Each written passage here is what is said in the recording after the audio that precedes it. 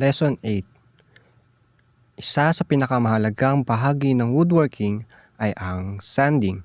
Ito ang proseso ng pagpapakinis ng kahoy para maging maayos ang itsura at masanda sa finishing. Sa sanding, gumagamit ng sandpaper na may tamang grit. Magsimula sa mas magaspang tulad na 60 hanggang 80 grit para alisin ang mga gaspang at marka ng hiwa. Pagkatapos, gumamit ng medium grit na 120 to 150 para pakinisin. At sa huli, gamitin ang pinong grit na 220 pataas para makinis na finishing. Laging isanding ang kahoy ayon sa direksyon ng hibla. Hindi pahalang upang maiwasan ang gasgas na hindi pantay.